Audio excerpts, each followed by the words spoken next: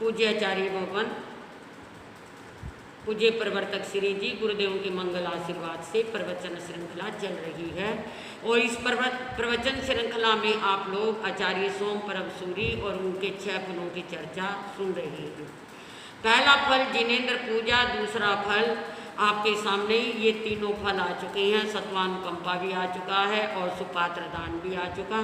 अब आ रहा आपके सामने क्या है, जीवों के प्रति अनुकंपा का भाव, और जिसके अंदर आप सुन रही हैं गुरु पूजा भी आ चुकी, जिनेंद्र पूजा भी आ चुकी है, और क्या है सुपात्र दान भी, और अब सुन रही है सत्वानुकंपा, जीवों के प्रति अनुकंपा का भाव। आचार्य सोम प्रभ सूरी सुपात्र दान की बात करें, सुपात्र दान के अंदर सत्वानुकंपा आया, और उसी में सुपात्र दान में आहार दान, औषधि दान, अभय दान और क्या है ज्ञान दान की चर्चाएं चली। आपने आहार दान, औषधि दान के विषय में खूब लंबा प्रसंग सुन लिया, और इसके साथ ही आपने क्या है औषधि दान की भी बात भी सुनी, और ज्ञान दान भी देना लेना, ज्ञान की वृद्धि करना, स्वयं की ज्ञानावरणीकरण की निर्जरा करना। अब अभय दान की बात है। आज पावन मंगलमय रक्षा बंधन का दिवस है, आज राखी का पावन त्यौहार है, और राखी के इस पावन त्यौहार पर, रक्षाबंधन के त्यौहार पर हम बात कर रही हैं अभय दान की। कल आपने सुना था उत्तराधीन सूत्र के संजय राजी अध्याय में, संजय राज ऋषि अध्ययन में, संजय राजा जो शिकार का बहुत शौकीन है और शिकार करने जाता है जंगल में, और उसी जंगल में गर्दभाली मुनि ध्यानास्थ हैं, और वहाँ पर बहुत सारे मृग हिरण फिर रही हैं। राजा ने एक एक करके बहुत सारे मृग और हिरणों को बाणों से बीन डाला, और बाण लगे हुए हिरण भागने लगे, और भाग भाग कर जहाँ मुनि ध्यानास्थ थे, ध्यान में लीन थे, वहाँ जा कर के गिर जाते हैं, मूर्छित होकर के या मृत्यु की शरण में चले जाते हैं। ये सब राजा पीछा करते हुए हिरणों का आ रहा था, उन्होंने देखा और देख कर सोचा ओह ये सब मुनि तो, ये सब मृग तो लगता है मुनि के हैं, और तभी मुनि की शरण में आए हैं। अब तो लगता है मुनि मुझे शाप देंगे और मुझे अपने शाप से भस्म कर देंगे, कैसे करूं। अब वो मुनि के चरणों में गिर गए और गिर करके क्षमा याचना करने लगे। मुनि, मुझे नहीं मालूम था कि ये आपके हिरण हैं, आपके मृग हैं, और मैंने कई मृगों का शिकार कर दिया, मुझे माफ़ कर दो मुनि, मुझे मेरी रक्षा करो, मुझे अभिदान दो। जब बार बार ऐसे कह रहे थे तो मुनि के नेत्र खुले, और सामने संजय राजा को देखकर उन्होंने एक ही शब्द कहा कि सुनो, हे संजय राजा, अगर आप अभय चाहते हो तो सभी जीवों को अभय दो, रक्षा चाहते हो अपनी तो खुद की तो दूसरों की भी रक्षा करो, जीवन दान चाहते हो अपना तो दूसरों को भी जीवन दान दो, और अभय रहना चाहते हो तो सबको अभय करो। मतलब कहने का कि सबको अभय दान दो, और आप जब सब जीवों को अभय दान दोगे तभी क्या है आपको भी अभय दान मिल जाएगा। मैं कौन, क्या ना मैं शाप देने वाला हूँ और ना मैं कोई क्या है आपको वरदान देने वाला हूँ, क्योंकि साधु वही होता है जो क्या है ना शाप देता है ना कोई क्या है किसी तरह का आशीर्वाद देता है। उसके लिए तो सब बराबर हैं, और सभी के लिए करुणा का भाव उसके हृदय में छिपा रहता है, दया का भाव छिपा रहता है, प्रेम का भाव छिपा रहता है। प्रेम कहीं, दया कहीं, करुणा कहीं, अहिंसा कहीं, बात एक ही है, लेकिन क्या अलग अलग पहलुओं से उसे समझाया गया है। तो आप सुन रही हैं कि कैसे क्या है रक्षाबंधन का जो पर्व है, ये क्या है अभिदान का पर्व है। जीवों की रक्षा का, देश की रक्षा का, धर्म की रक्षा का, समाज की रक्षा का, परिवार की रक्षा का, नीति की रक्षा का, और क्या है और आत्मरक्षा का। ये सब रक्षाएं तभी होंगी जब हमें इसके विषय में जानकारी होगी, क्योंकि ये पर्व समय समय पर, ये जो त्यौहार है पर्व है समय समय पर मनाया गया। अगर देश पे संकट आ गया तो देश की रक्षा के लिए करमवती ने हुमायूं जैसे बादशाह को राखी बांधी, और क्या उन्होंने भी अपना फर्ज अदा किया। इसी प्रकार क्या है अगर धर्म की रक्षा की बात करते हैं तो विष्णु कुमार मुनि ने धर्मघोष आचार्य जो कि अपने 700 मुनिराजों के साथ हस्तिनापुर नगर में पधारे थे, उनकी रक्षा करके और क्या है धर्म की यानी रक्षा की, धर्म की राखी को बांधा। नीति की रक्षा में नीति की रक्षा करके हम क्या है राखी को बांधते हैं, समाज में समाज की रक्षा करके हम क्या है राखी को बांधते हैं। अनेकों उदाहरण हैं सामाजिक रक्षा के, देश की रक्षा के, धर्म की रक्षा के। और इसी प्रकार आपने क्या है देश की रक्षा के विषय में, धर्म की रक्षा तो आपने सुना कि कैसे गरदभाली मुनि ने संजय राजा को कहा कि अगर अभय चाहते हो तो स्वयं क्या दूसरों को अभिदान दो, रक्षा चाहते हो तो दूसरों की रक्षा करो, अपने प्राण चाहते हो तो दूसरों के भी प्राण को बचाओ, अभय चाहते हो तो दूसरों को भी अभिदान दो। और उसी दिन संजय राज ऋषि ने जब इस बात को सुना, सुनते सुनते ही मुनि गरदभाली के चरणों में उन्हें वैराग्य हो गया। और क्या है परिवार के आने पर, मंत्री और राजरानियों राजकुमारों के आने पर भी जो टस से मस न हुए और उन्होंने दीक्षा लेकर के क्या संयम धारण किया और छह काय के जीवों की रक्षा यानी सर्व त्यागी बन गए। सभी जीवों की रक्षा उन्होंने की, सभी जीवों को अभिदान दिया। और किस प्रकार 500 डाकुओं को भी उन्होंने क्या है उपदेश देकर जीवन का उद्धार, मतलब कहने का कि वो संजय राज ऋषि जिन्होंने धर्म की रक्षा हेतु स्वयं को एक क्या है 6 काय का रक्षक मुनिराज बना लिया। इसी प्रकार धर्म घोष मुनि विचरते हुए हस्तिनापुर में आए और हस्तिनापुर में उस समय पद्मोत्तर राजा का राज्य था जो चक्रवर्ती थे और उन्हीं के राज्य का मंत्री था नमूची जो अभवी था। और किसी समय धर्म घोष मुनि राज के साथ चर्चा करते हुए हार गया था और आज जब अपनी नगरी में धर्म घोष मुनि को देखा तो उसे वो पिछला यानी पिछला अपने हारने वाली बात उसे याद आ गई, देश निकाला हुआ था और यहाँ आकर के अपने छल बल के द्वारा ये क्या है पद्मोत्तर या उत्तर नाभ का क्या बन गया था, राजमंत्री बन गया था। और राजा ने प्रसन्न होकर इसे कहा था कि कभी भी जब वक्त आए तो आप 1 महीने का राज मुझसे ले सकते हैं। वो राज छोटा मोटा नहीं था, चक्रवर्ती राज्य था। 32,000 मुकुटबंद राजा बड़े बड़े नगरों के सदैव क्या चक्रवर्ती के सामने हाथ जोड़कर खड़े रहते हैं। ऐसी चक्रवर्ती की महिमा और गरिमा होती है। 6 खंड के अधिपति होते हैं चक्रवर्ती। कहते हैं इतिहास कहता है कि जब धर्मघोष मुनि को देखा तो राजा के पास नमूची गया और कहा महाराज आपने याद है मुझे कभी वचन दिया था, मेरे साथ प्रण किया था कि मैं 1 महीने का राज्य आपको दूंगा, तो अब मुझे वक्त है, समय है, मैं आपसे वो अपना 1 महीने का राज्य मांगने के लिए आया हूँ। आपको पता है, आप तो मुझे पता है महाराज, आप प्राण चाहे चले जाएं पर आप अपने प्राण को नहीं जाने देंगे। रघुकुल रीत सदा चली आई, प्राण जाई पर परण ना जाई।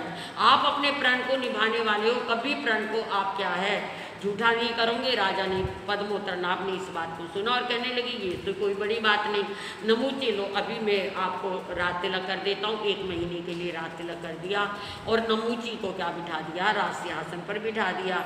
नमूची ने राज सिंहासन पर बैठते ही आज्ञा दी, ऐलान कर दिया कि जाओ नगर के बाहर एक बहुत बड़ा पशु यज्ञ तैयार करो। कहने की देरी थी, पशु यज्ञ तैयार हो गया और कहा कि जितने भी मत के मजहब के संत हैं सबको कहो कि इस पशु यज्ञ के अंदर अपना आशीर्वाद देने के लिए आए। सब क्या सबको बुलाया, सब पशु यज्ञ होने लगा। अब एक दिन धर्मघोष मुनि के पास में नमूचे ने कहा कि देखो सब सारी दुनिया के लोग मेरे क्या है इस यज्ञ में आ रहे हैं और यज्ञ में आ करके सब क्या मुझे आशीर्वाद दे रही हैं। एक आप हैं इस हस्तिनापुर नगर में आए हुए हैं और तब भी मुझे आशीर्वाद देने के लिए तैयार नहीं हैं। तो उस समय धर्मघोष मुनि जो 700 मुनियों के साथ वहाँ विराजमान थे कहने लगे कि मेरा धर्म, मेरी अहिंसा मुझे ये क्या है स्वीकार करने के लिए आज्ञा अनुमति नहीं देती कि मैं किसी पशु यज्ञ में, हिंसक यज्ञ में जाऊं और जाकर के आशीर्वाद दूं। आप अपनी जगह ठीक है, आप गृहस्थ रहें और मैं साधु हूँ, मैं सब तरह से निष्प्रिय हूँ, मैं सब कुछ त्याग चुका हूँ और इसलिए मैं क्या हूँ उस यज्ञ में नहीं अगर आप यज्ञ में नहीं आ सकते तो आप क्या आज सायंकाल तक इस नगरी को खाली कर दो। यानी पूरे क्या है मेरे राज्य में आप नहीं रह सकते। अब राज्य चक्रवर्ती का 6 खंड का राज्य था, 32,000 नगर बड़े बड़े क्या है राजा चक्रवर्ती के अधीन थे। अब ऐसे में धर्मघोष मुनि चिंता करने लगे कि मैं कहाँ जाऊँगा, मुझे तो कोई ठिकाना ही नज़र नहीं आ रहा, मुझे तो कोई जगह ही नज़र नहीं आ रही, कहाँ जा सकता हूँ क्या और क्या कैसे क्या है, मैं नगर को छोड़ सकता हूँ। सोच में पड़े और जैसे ही सोच में पड़े उन्हें याद आया, अरे पद्मोत्तर राजा का ही छोटा भाई जिसने मेरा शिष्य तब स्वीकार किया और जो क्या है बहुत बड़ी तपस्या करने के लिए दूर हिमालय पर चला गया, क्यों ना क्या है जिसे अनेक लब्धियां भी प्राप्त हो गई उसे बुलाऊं। एक मुनि, उन्होंने सब मुनियों को बुलाया और बुलाकर पूछा है किसी में ऐसी लब्धि जो उड़कर यहाँ से चला जाए अपनी जंगाचारी लब्धि के द्वारा, और विष्णु कुमार मुनि को ले आए। बहुत सारे मुनि शांत थे। एक मुनि आकर खड़ा हुआ और कहने लगा, गुरुदेव मुझ में ऐसी शक्ति है कि मैं हिमालय पर्वत तक उड़कर जा सकता हूँ, लेकिन वापस आने की शक्ति नहीं। वापस की चिंता क्यों करते हो, मेरा शिष्य विष्णु कुमार मुनि आपको वापस ले आएगा, पर आप जाओ और जा करके उन्हें बताओ कि संघ के ऊपर इतनी बड़ी विपत्ति आई है और अब अभी नमूची मंत्री ने सभी को मारने का और देश निकालने का संदेश दे दिया है। 6 खंड का राज्य है, हम कहाँ जा सकते हैं, ऐसे में हम क्या कर सकते हैं। तो प्रिय श्रोतागणों, क्या होता है, मुनि जाते हैं और विष्णु कुमार को सब हालात बताते हैं, जो कि अपनी साधना में, अपनी तपस्या में हिमालय की गुफाओं में लीन थे। लेकिन जब गुरु का आशीर्वाद और गुरु की आज्ञा मिली तो उस मुनि को लेकर विष्णु कुमार मुनि फौरन वहाँ से चले और हस्तिनापुर नगर आए और गुरुदेव के समक्ष आकर वंदन नमन किया और पूछा, गुरुदेव इस सेवक को कैसे याद किया है, आप फरमाएं क्या करना, कौन सी सेवा है। तो उस समय मुनि ने पद्मोत्तर राजा के 1 महीने के राज्य नमूची को देना और नमूची ने कह दिया है, क्या किया, पशु यज्ञ किया और उसमें सब ब्राह्मणों को, संतों को, फकीरों को बुलाकर आशीर्वाद लिया। अब मुझे मजबूर कर रहा कि आशीर्वादों में हिंसक यज्ञ में, इस हिंसा करने वाले यज्ञ में कैसे अनुमति दे सकता हूँ।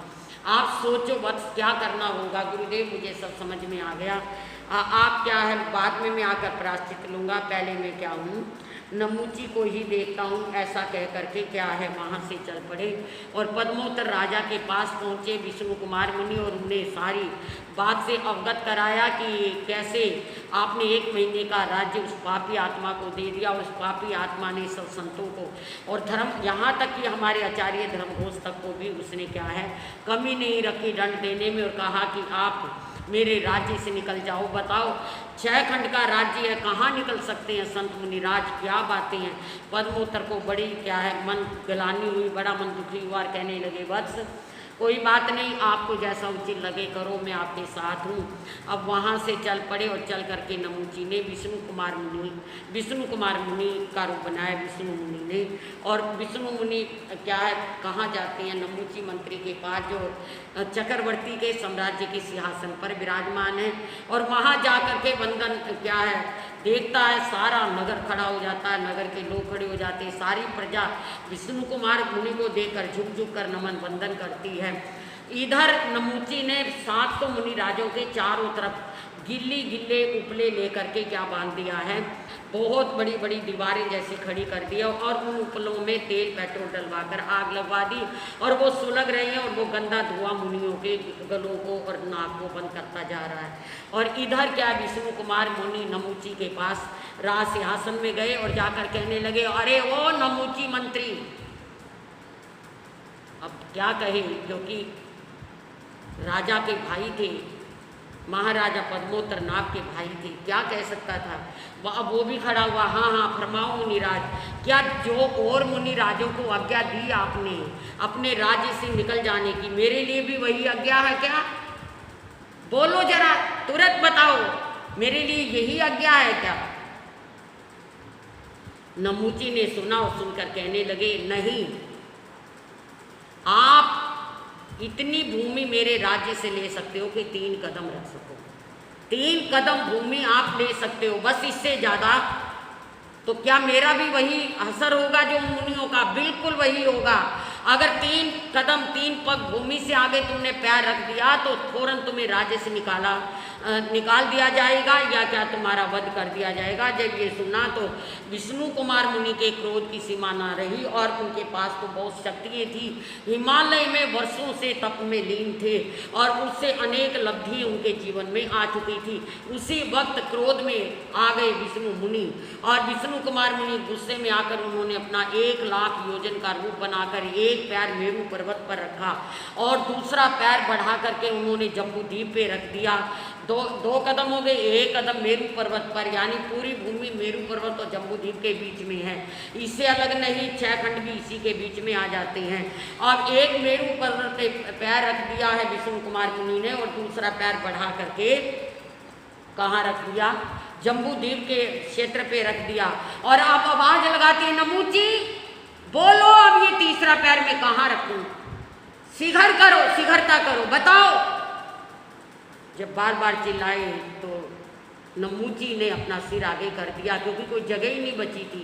3 कदम भूमि मांगी थी, 2 कदम पूरे हो चुके थे, 2 पग पूरे हो चुके थे।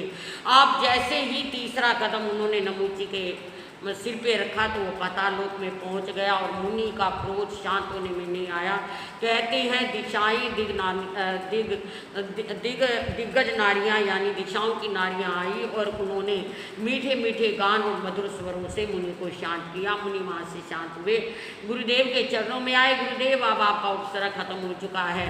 वो सब क्या गिल्ली लकड़िए और गोहे जो गिल्ले रखे हुए थे सब दूर किए गए। मुनि के गले कई दिनों से बंद होने से रूंध चुके थे, गीला और गंदा क्या है सारा धुआं उनके गलों में आ चुका था। सारी प्रजा ने सुख की सांस ली, प्रजा घबरा गई, धरती डोल उठी, कांप उठी, लोग त्राही त्राही कर उठे मुनि विष्णु कुमार का ये रूप देख करके। अब सभी लोग राजा प्रजा मिल करके कहाँ आते हैं? मुनि धर्मघोष के चरणों में आते हैं और अपनी गलती के लिए राजा बार बार नमन करता है। पद्मोत्तर नाम राजा 6 खंड का मालिक, मुझे क्षमा करें। तो उस समय विष्णु कुमार मुनि कहते हैं, आपने उस पाप आत्मा पर विश्वास करके ऐसा कैसे कर लिया? आपने विश्वास कैसे कर लिया? कहती हैं कि जब ये सुना तो उस समय क्या है सभी ने क्षमा याचना मुनिराज से की और सभी लोग घरों में गए और उन्होंने अपने अपने घरों में क्या बनाई, घी की सेमियाँ बनाई और सब मुनियों को बहराई सेमियाँ, ताकि क्या आज पूर्णमासी को घरों में सेमियाँ भी बनती हैं, लोग सेमियाँ बनाती हैं। तो क्या सेमियाँ बनाई और बनाकर मुनिराज के गले एकदम खुल जाए। आज भी गला खराब हो तो लोग कई लोग सेमियाँ खाते हैं तो गला खुल जाता है। ये उस समय की जैन परंपरा चली आ रही है और लोगों ने एक दूसरे के हाथों में रक्षा कवच बांधा, रक्षा का कवच बांध कर प्रण किया कि हम अपने धर्म और समाज और गुरुओं की आज से रक्षा करेंगे। कहने का मतलब ये आज का दिन रक्षा के बंधन का दिन है, रक्षा के त्यौहार का दिन है। ये बंधन नहीं समझा जाता, हम इसको एक तरह से बंधन कहते हैं। ये बंधन नहीं, बंधन के संग प्यार और रक्षा का पर्व महान है। इसमें तो क्या बंधन नहीं है, प्यार है। बंधन के संग प्यार और रक्षा का पर्व महान है। भाई बहन गुरु शिष्य देश के भगत बने भगवान हैं। भाई बहन गुरु शिष्य देश के भगत बने भगवान हैं। श्रावणी पूनम पावन हर दिन में बसती, श्रावणी पूनम पावन हर दिन में भक्ति उल्लास, हर दिन में भक्ति उल्लास है। राष्ट्र धर्म परिवार दोस्ती, राष्ट्र धर्म परिवार दोस्ती, प्रेम का पर्व ये खास है, प्रेम का पर्व ये महान है। तो ये राष्ट्र पर्व भी है, देश पर्व भी है, समाज पर्व भी है और धर्म पर्व भी है, नीति पर्व भी है। अभी आपने सुन लिया है, सिख धर्म में आता है कि एक बार बीबी नानकी खाना बना रही थी। खाना बनाते बनाते बीबी नानकी कौन थी? गुरुदेव नानक की बहन। खाना बनाते बनाते बीबी नानकी की आंखों में आंसू आ गए। बात ये थी कि जब उसने फुलका अपने चूल्हे पे रखा तो वो एकदम फूल गया और फूल कर कुप्पा बना। तो बीबी नानकी कहती हो ऐसा फूला हुआ फुलका जब मैं बनाती थी तो भाई नानक दौड़े आते थे और मुझे कहते थे, लो बहन नानकी ये तो मुझे देना, फुला फुला फुलका मैं लूँगा, ये फुली हुई रोटी मैं खाऊंगा, ये चपाती मैं खाऊंगा। अरे अब मेरे भाई सन्यासी बन गए, कब आएंगे, कैसे आएंगे? बड़े प्यार से याद किया, आंखों से आंसू बहे तो अचानक देखा कि सामने गुरु नानक आ रही है। बहन की खुशी की सीमा ना रही और भैया को खाना खिलाया। का मतलब कहने का कि ये सिख धर्म में भी धार्मिक पर्व है। ये क्या है बात आती है। इसी प्रकार हमारे सनातन धर्म में भी कैसे बिल्कुल यानी विष्णु कुमार मुनि से मिलती जुलती कहानी है। सबसे पहले पर्व वहाँ कैसे पुराणों से शुरू होता है कि बलि राजा बहुत बड़ा यज्ञ कर रहे थे और क्या है उस यज्ञ के अंदर उन्होंने नारायण को भी निमंत्रण दिया था। नारायण क्या है किसके बामन वेश में बामन रूप बना करके आए थे। बामन रूप का मतलब बोने का रूप, छोटे से बोने का रूप बनाकर आए और आकर के नारायण यज्ञ में जब कर रहे थे यज्ञ बलि राजा, तो उन्होंने कहा कि इतना बड़ा यज्ञ आपने किया है, बोलो राजा बलि मुझे क्या क्या है आप दोगे इसमें, आपने इतना बड़ा यज्ञ किया है मुझे कौन सा दान दोगे। आप बलि ने कहा अरे वो बामने बोने तू मेरे यहाँ आया, भला तू क्या लेगा, जरा सा तेरा शरीर है, छोटे छोटे हाथ पाँव में, बोल बोने क्या लेना है तुझे, मुझे क्या चाहिए महाराज बलि, मुझे तो 3 कदम भूमि मापने के लिए दे दो। ओहो मांगा भी तो क्या मांगा तूने, इतने बड़े सम्राट बलि से केवल 3, बस यही दे दो काफ़ी है। कहते हैं कि उसी वक्त नारायण ने इतना बड़ा रूप बना लिया, इतना बड़ा रूप बना लिया कि उन्होंने भी पूरी पृथ्वी आकाश पताल सबको क्या है नाप लिया और बोले अब ये तीसरा कदम कहाँ रखूँ, बोलो बलि राजा कहाँ रखूँ। बलि ने कहा कि महाराज पग रखने से पहले मेरे को भी एक वचन दो। अब वचन लिया था तो वचन देना पड़ा नारायण को। हाँ बोलो बोलो बोलो, क्या वचन लेना चाहते हो बताओ ना, या मुझे भी वचन दो तभी मांगूंगा। ठीक है, मैंने 1 2 3 वचन दे दिया। अब जब बलि राजा ने वचन मांगा नारायण से तो नारायण ने वचन दिया और नारायण के वचन को सुन करके क्या है बलि ने क्या कहा कि महाराज आपने मुझे पाताल लोक में तो पहुंचा दिया है, तीसरा कदम रखा है, पाताल का राजा बना दिया, पर अब आपने जो मुझे वचन दिया उस वचन के अनुसार सुबह शाम रात मुझे आपको दर्शन देने होंगे। रात को सोते वक्त भी आप मेरे सिराने होंगे और सुबह जब मैं उठूँगा तो मेरे पैरों की तरफ होंगे, यानी मुझे आपके दर्शन सुबह भी मिलने चाहिए, रात को सोते वक्त भी मिलने चाहिए। अब नारायण वचनबद्ध हो चुके थे, क्या करते वो भी पाताल लोक में बंद हो गए। जब लक्ष्मी को इस बात का पता लगा, लक्ष्मी सोचने लगी कि नारायण कहाँ है, नारायण कहाँ है, कहाँ चले गए मेरे नारायण, विष्णु कहाँ चले गए। लक्ष्मी बहुत चिंता में पड़ी। इतनी देर में कौन नारद आ जाते हैं और नारद आवाज़ लगाते आते हैं नारायण नारायण नारायण। नारायण की आवाज़ लगाते हुए जब क्या है आते हैं नारद, और जब नारद नारायण की आवाज़ लगाते हुए आए तो लक्ष्मी कहने लगी नमस्कार हो नारद ऋषि, बताओ तो सही नारायण कहाँ है। आजकल आप नारायण नारायण करते आ रहे हो, नारायण का तो पता ही नहीं, मैंने तो सब जगह खोज लिया ढूंढ लिया, परेशान हो चुकी हूँ, इतने दिन हो गए पता ही नहीं नारायण कहाँ जाके मस्त हो गए। अरे लक्ष्मी तुम्हें नहीं पता नारायण, नारायण लक्ष्मी तुम्हें नहीं पता नारायण, आओ बताओ ना नारद मुनि जी कहाँ है हमारे नारायण। वो तो पाताल लोक में, पाताल लोक में, अरे पाताल लोक में नारायण क्या करने चले गए। लक्ष्मी जी पाताल लोक में उन्होंने बलि राजा को भेजा और बलि राजा ने वचन लेकर के नारायण को अपने सिराने बांध के रख लिया सुबह शाम दर्शन करने के लिए। ओहो तो ये बात है, कोई बात नहीं, मैं ही लेकर आती उन्हें छुड़ा करके। अब लक्ष्मी वहाँ से चली और ये राखी का रक्षाबंधन वाला श्रावण शुक्ला पूर्णिमा, जिसे नारायण पूर्णिमा भी कहते हैं, जो लोग समुद्र किनारे रहते हैं वो नारायण समुद्र को चढ़ाते हैं ताकि समुद्र से हमारी रक्षा रहे। रक्षा का दिन है ये, और तो क्षत्रियों का त्यौहार है और क्या वेश्यों का भी त्यौहार है और देश के कर्णधारों का भी त्यौहार है, साधु संतों के लिए भी ये क्या है रक्षाबंधन का पर्व बहुत उपदेश और संदेश देने वाला है। तो कहने का मतलब जैसे ही क्या है लक्ष्मी एक साधारण सुंदर स्त्री का रूप बनाकर पाताल में बलि राजा के पास गई और क्या रोने लगी। बलि ने कहा इतनी सुंदर और गहनों से सजी नारी और तुम रो क्यों रही हो, मेरे भाई नहीं है, मेरे कोई भाई नहीं है, तो मैं आपका भाई बनता हूँ ना, मैं किस काम आऊँगा। बोलो मेरी बहन, बोलो क्या चाहती हो, वचन दो। हाँ हाँ तदास्तु तदास्तु तदास्तु, बस यही वचन है जो तुम्हारा ये पहरेदार है इसको क्या है मुझे सौंप दो। नहीं नहीं ये तो मेरे नारायण है, ये पहरेदार नहीं है। हाँ तो ये नारायण ही तो मेरे पति हैं। लक्ष्मी असली रूप में आई और अपने पति नारायण को बलि राजा से छुड़वा लाई। कहने का मतलब आप समझ चुके हो कि किस तरह का ये पर्व है।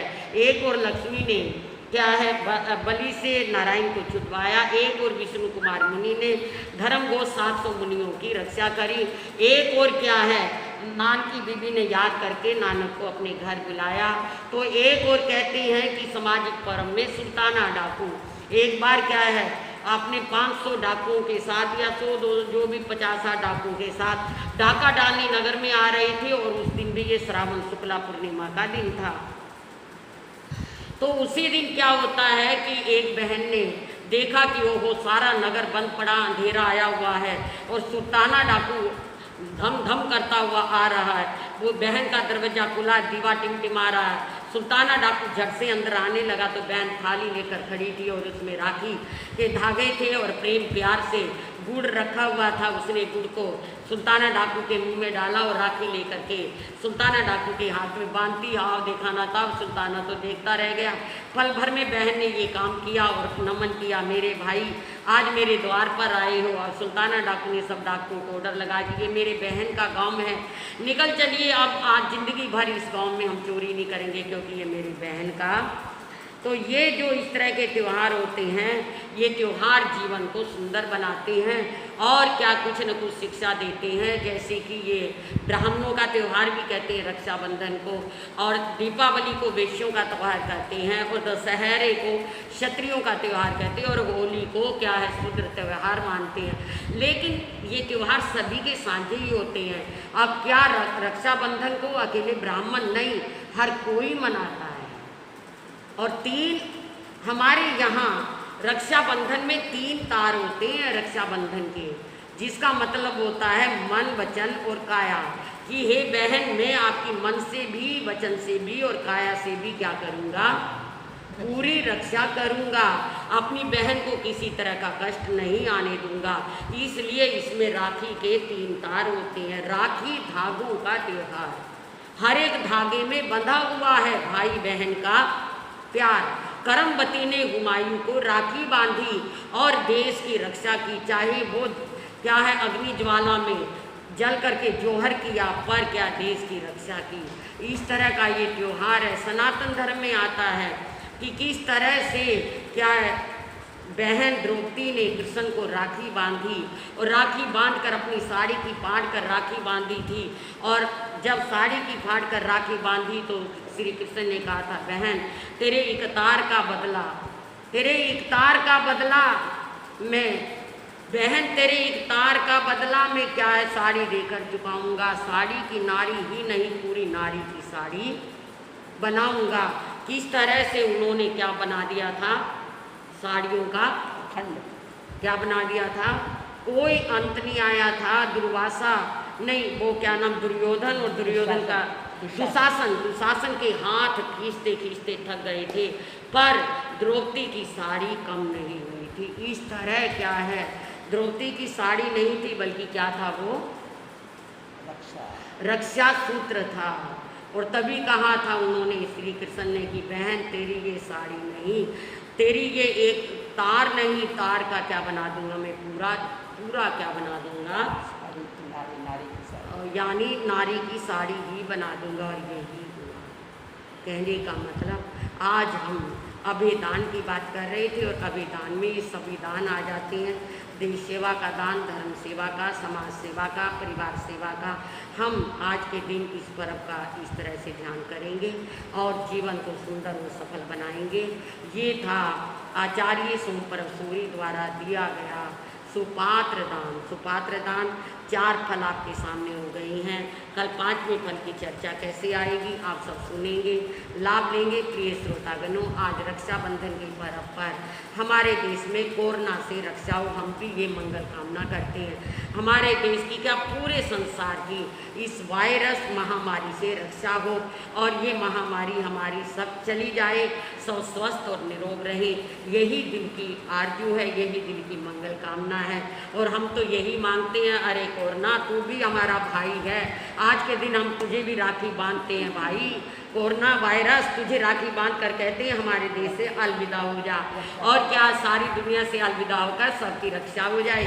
बस तेरे बदले में कोरोना हम तेरे से यही मांगते हैं कि तू हमारी सबकी रक्षा कर। और तेरे राखी बांधकर तुझे क्या कर रही हैं, विदाई दे रहे हैं। वायरस आज हमने तुझे विदाई दे दी है, अब मत आना, भूल कर भी मत आना, इधर आंख भरकर भी ना देखना। ये तुम्हारी बहन ने कहा है कोरोना, हम सब बहनें आपके राखी बांध रही हैं। चला जा, चला जा और सबकी रक्षा करके तूने जाना है। और देश को और देश के देशवासियों को आपने बचाना है और उनके वनज व्यापार समृद्धि सबके लिए आपने मंगल कामना देनी है। जाइए जाइए कोरोना वायरस, चले जाइए इन्हीं शब्दों के साथ। ओम शांति।